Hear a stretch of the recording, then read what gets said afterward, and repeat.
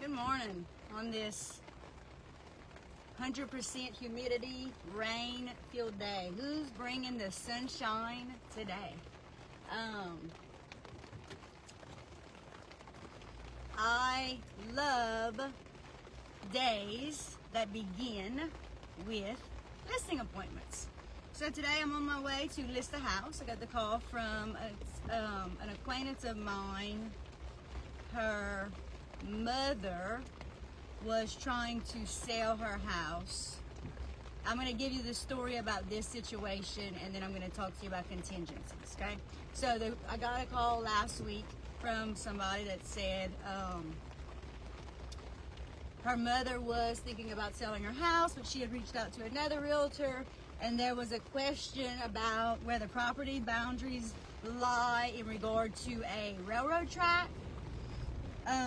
And so the realtor basically told her that because of the way that the railroad track easement ran, that she couldn't sell her house and her land. Yo, the things that realtors tell people baffles my mind. I fully believe there's always a way. There's always a way. We just have to be willing to get out there, talk to people, ask the questions, and do the things, right? Where there's a will, there's always a way to get something done.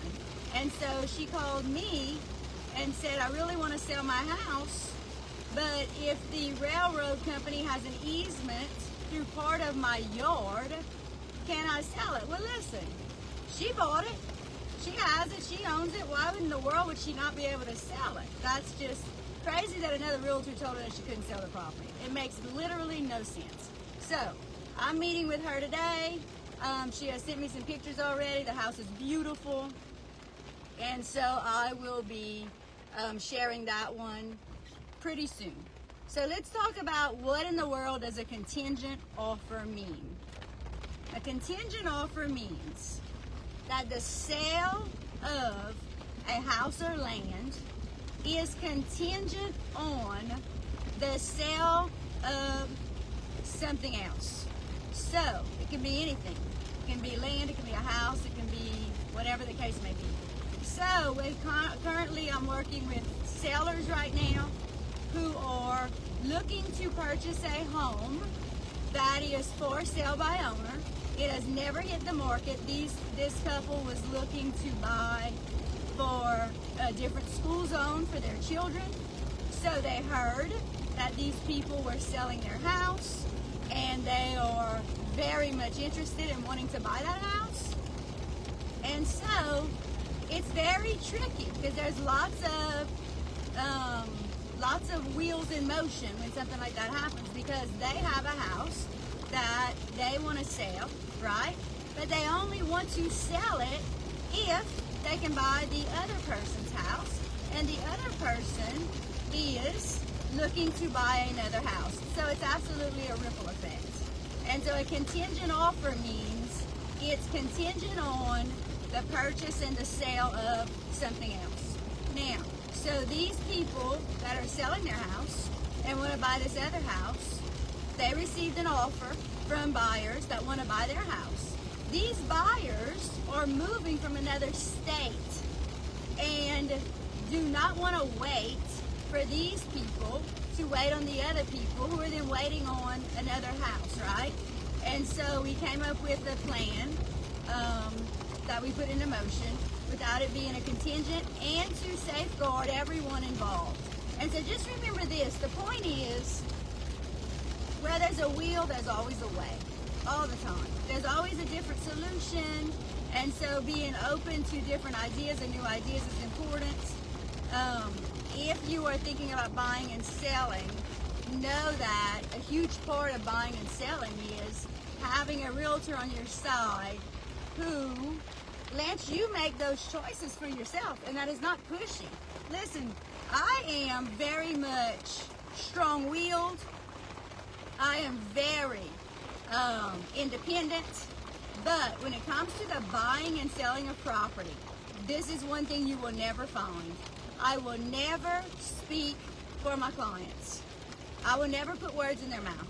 And there are plenty of realtors out there who will say to me when I call them and present them a situation, they will decide, they will make the decision on their own.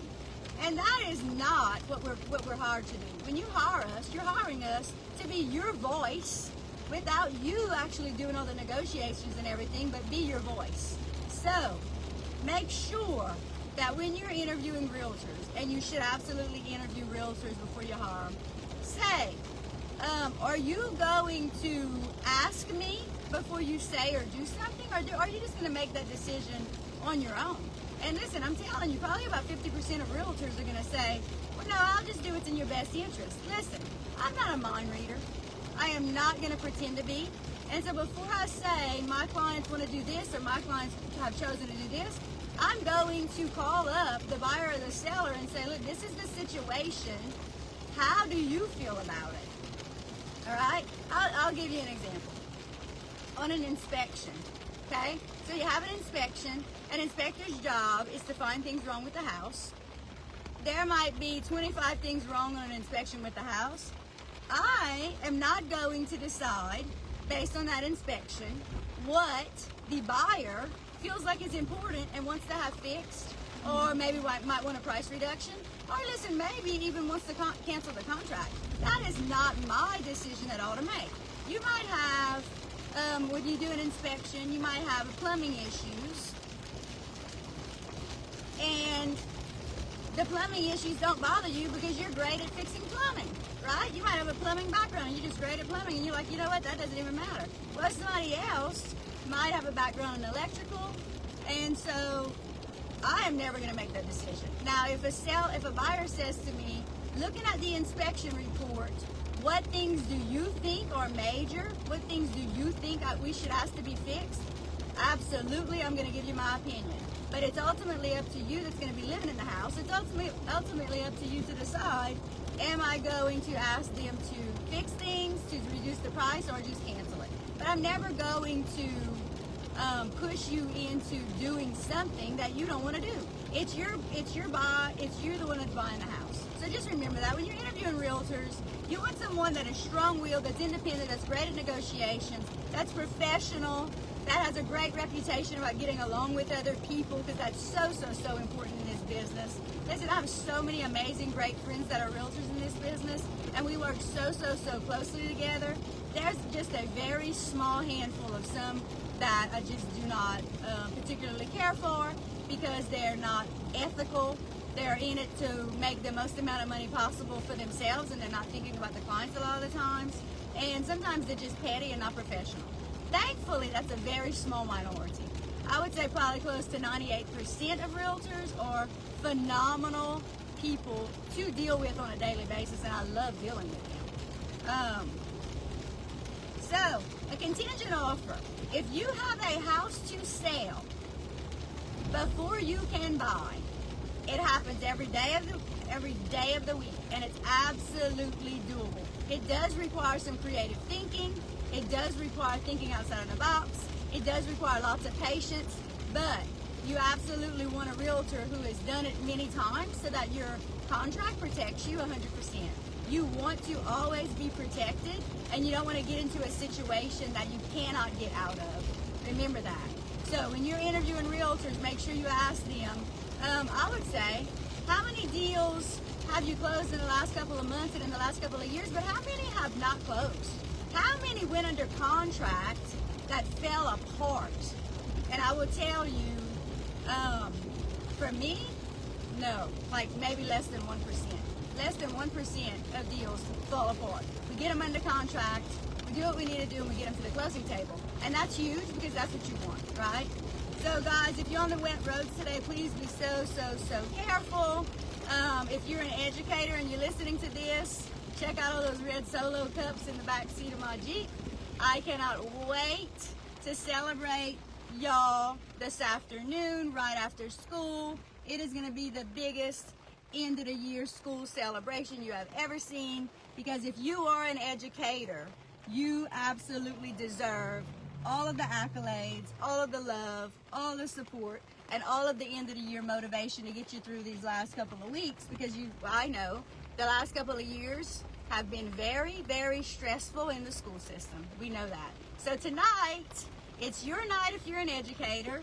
We're gonna have food and drinks and dancing and karaoke and hundreds of door prizes, especially for you if you're an educator that